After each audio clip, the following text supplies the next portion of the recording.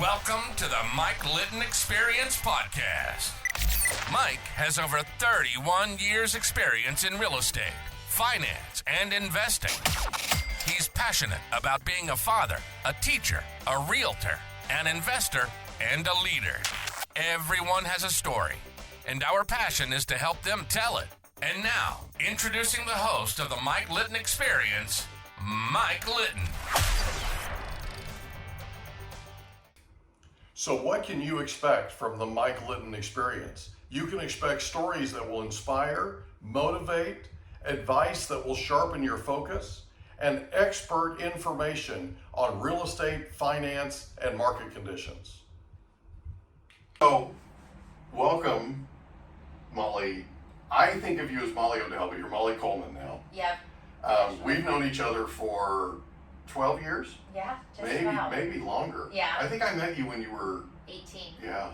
I started in this industry. Yeah, unreal. You came by our Keller Williams office, and that's where we met you for the first time. Oh, yeah. Fell in love with you then, more in love with you now.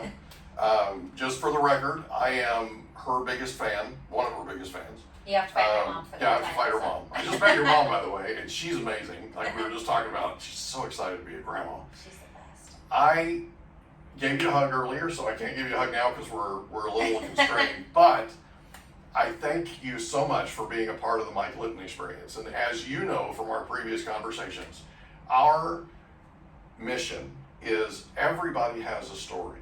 Yeah. And our passion is to help them tell it. Oh, I love it. You were involved with me in my last, you actually were a sponsor in my on my last radio show. Yeah. And one of the things that I loved the most was you and other people would bring people in that I'd never met before.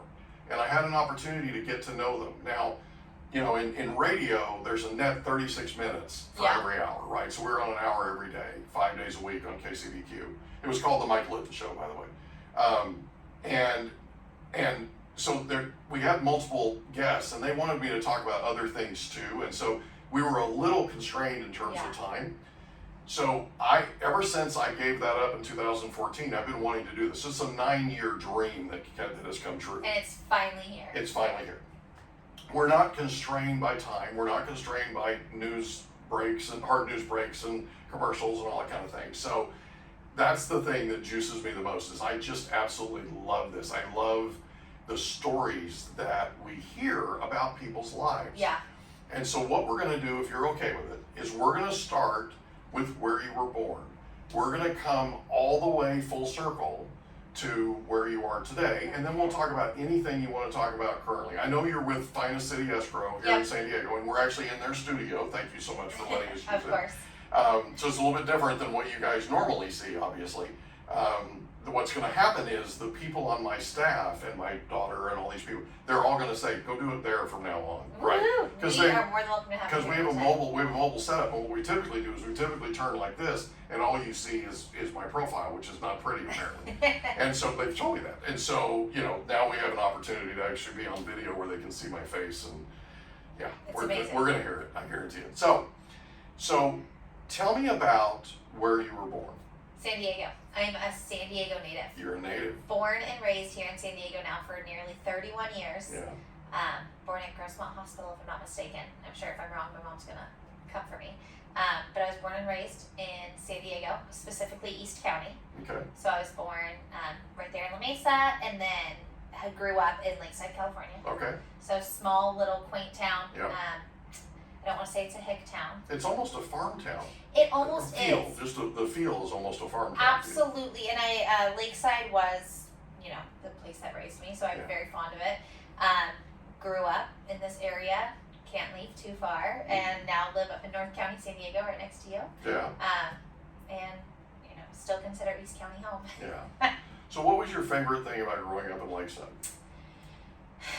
Now as a mom, I see Lakeside very differently than when I was raised. Right. So growing up, I don't know how in-depth you want me to get.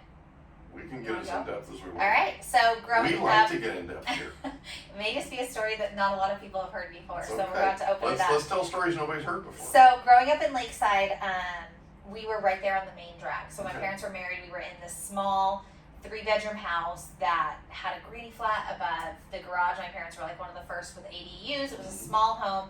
I grew up a very humble lifestyle. Right. My dad worked his tail off, which led to my mom being able to stay home with us There you go. until she no longer could, and got a part-time job at a nail salon or did little things here or there. But we were like the definition of a latchkey kid, Yeah. right? So my mom locked the door when she left for work for a couple hours and prayed that we were there when she got back. Right.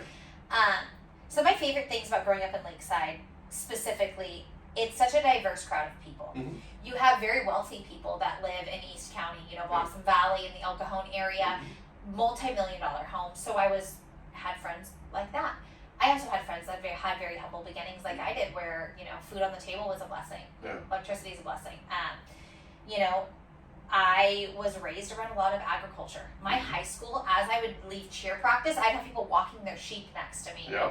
So we weren't this big flashy school. We had a Yep. big agriculture program. Have a really good arts program as well. Mhm. I grew up doing plays and drama and singing and all that because that's what Lakeside had to offer. Absolutely. So there's a lot of really good things about Lakeside. I think it's a very overlooked area. You also do have, like I said, those multi-million-dollar homes. You also have a lot of low-income housing, or what do we call it now? The opportunity housing. Well, I don't know what they call it, but you could call it that. Yes, low-income families. Yeah. I think there's an opportunity zone out there. Yes. Yeah. So, you're raised with a lot of different people. I got to see all different walks of life living in Lakeside, and that's something that I'll truly think was like foundational in my life. Oh, sure. So there's a lot to love about out there. Yeah. And you have the hometown pride. Absolutely. We have Main Street out there that they still do the rodeo out there every Yeah. single year, multiple rodeos. Every single holiday, on Main Street they shut down, all the businesses come out and support. You don't get that sense from everywhere, that small town pride that you get from Lakeside. Hometown pride, yeah. Yes, and Yeah. a lot of people may not see that from the outside. They may only see the lower income parts or the apartment complexes with kids running around without shoes on and all that, but you love it. Mm-hmm. You get the love out there too. Yeah. So Cool way to grow up. you don't get that everywhere. No, you don't. You It's grew up true. in a big city feel. We played till the street lights came on. Yeah. My next door neighbors were still great friends with. I think there was 5 or 6 kids in that house next door. So we went back and forth without our parents knowing, hopping over fences. It's just the way that you were raised, where it's that old timey feel. The wild child thing. Yeah, that's where I it find started. that hard to imagine. So, what did your dad do for a living? Construction. Okay. So the ebbs So and he flows. really did work his tail off. He did, and he still does. Yeah. He now is working for a large company. He moved out of state recently, so he can have the opportunity to retire a little bit early because, as you know, being a physical, laboring guy his entire life, Yeah. he's tired. Yeah. And I can tell you that being 56, I know how that feels. Yeah.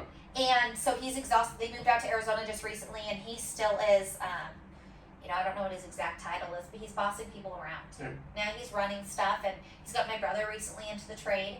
So my brother is now doing the same thing as superintendent for jobs, but he travels.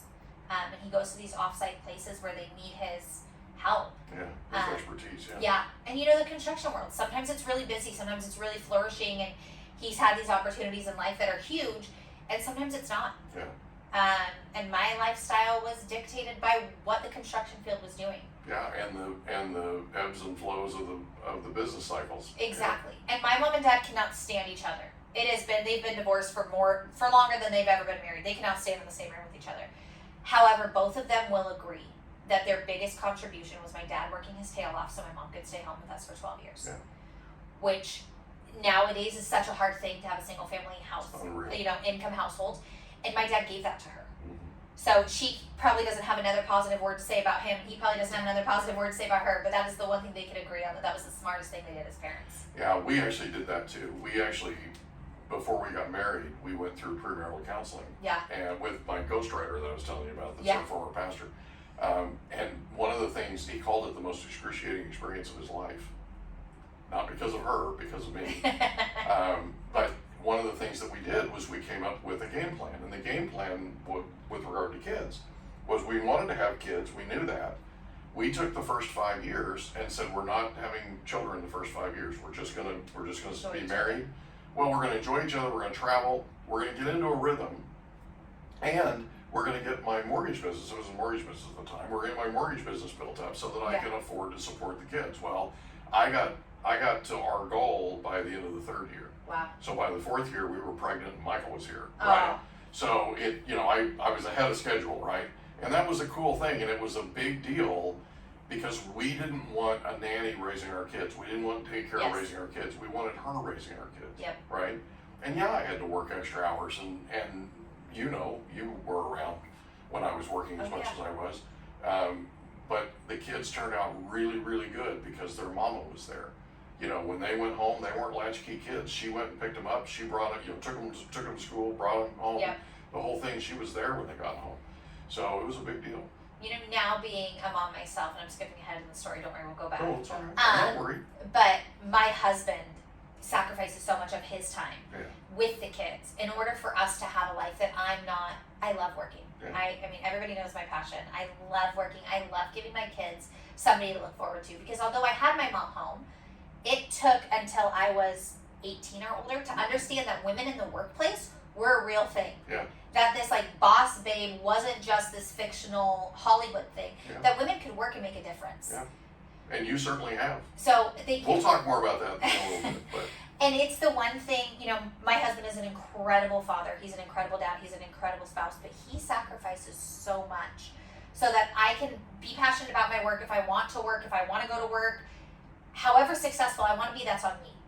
I don't have to worry about monetary things because my husband has said, that's on me. I've got this. And he's amazing at it. yeah.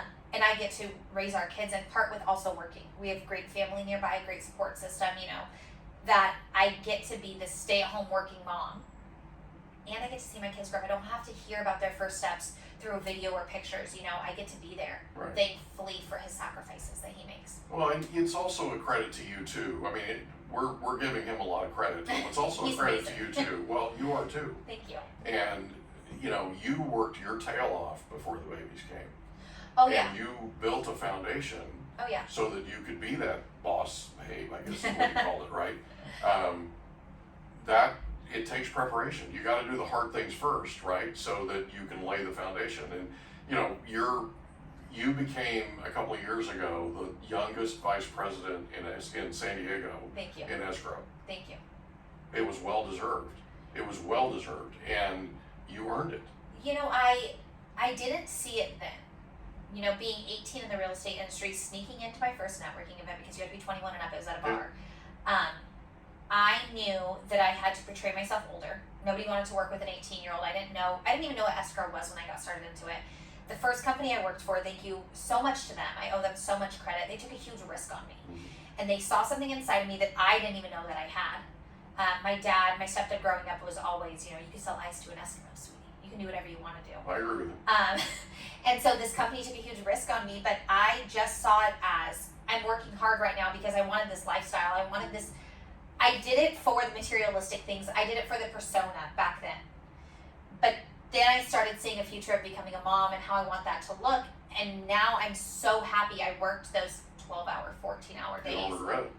Because now I can work these minimal days and I can work smarter and harder. I already have my network. I already have my name out there. So I get to have that time with my kids. I can sneak off to go to the park with them. I can be at every single preschool pickup, drop off. I don't miss milestones because I have the groundwork. That doesn't mean that I'm not working hard. I'll wake up before my children to get my admin work done. I know that. I've talked to you at interesting hours. Oh, yeah. Right? Yeah. Late at night, whenever I have to get it done. But I learned the groundwork prior to, and that's something that I think a lot of this generation is missing out on, is that you have to be the bottom of the totem pole first before you get to be the top of the totem pole. So it's exactly what we're doing here, just so you know. Yes. You literally just told everybody what our mission is. Because everybody's story has inspiration to it. It has a motivational factor to it. Yeah. I promise you there are going to be people that are going to listen to you. And I'm talking men and women, okay? Dads and moms, prospective dads and moms, young people. Yeah. They're going to listen to you and listen to your story. They're going to connect with you somehow, and they're going to make a decision in their life that they've been putting off because you went ahead of them and did it. Well, thank you. You're a natural born leader. Oh. And I'm telling you, you're one of the most impressive people I know. Of course, I'm biased, but seriously. So let's go back, Okay. if it's okay. Yeah, Let's absolutely. Go back. So you went to high school, Lakeside High School, Yep. right? LCAP. And what did you said something about you were coming out of some sort of practice, Cheer practice. and they were walking the sheep, Yep. right? Yes. So you were in cheer. Yeah. I find that hard to imagine. Smile, give it away. Right The now. hand movements, Good the thing I'm spear sitting fingers. down, right? Oh my goodness gracious! So you were in cheer, Of course. just like Madison was, Yes. right? Madison's my daughter. She's 23, and she's a mini you, like I told you. I'm a fan of hers. Very, very, very, very proud of that girl. So she went out. She tried out for freshman cheerleading, and the coach called me and said I offered her the captain position as a freshman, Wow. and she turned it down. Mike, I'm like, what? She goes, yeah, your daughter turned it down, and I'm like, okay, what'd she say? She said to me, now she didn't talk to me about this. This was something she did without consulting anybody, including her mother. She said, I told her that I was going to make her captain because and she literally is talking to me face to face, and she's telling me this. Madison's tryout was here. Everybody else's tryout was here. There wasn't anybody even remotely close, right? Wow. She said she offered her the captain position and Madison turned it down. And she said what she told me was, I would otherwise do it, except that there are girls that have been doing this longer than I have, and they've earned the leadership position. And it's like, we hope you enjoyed another episode of the Mike Litton Experience. If you did, do us a favor, smash that subscribe button, tell your friends, family, and coworkers about our program, and wherever you get your podcasts, please leave us a rating. It helps us to connect with quality people just like you. And that's a wrap. Another episode of the Mike Litton Experience in the books. Reach out to Mike on Instagram at Litton Realty. Want to meet with Mike? Check out calendly.com/Rio760.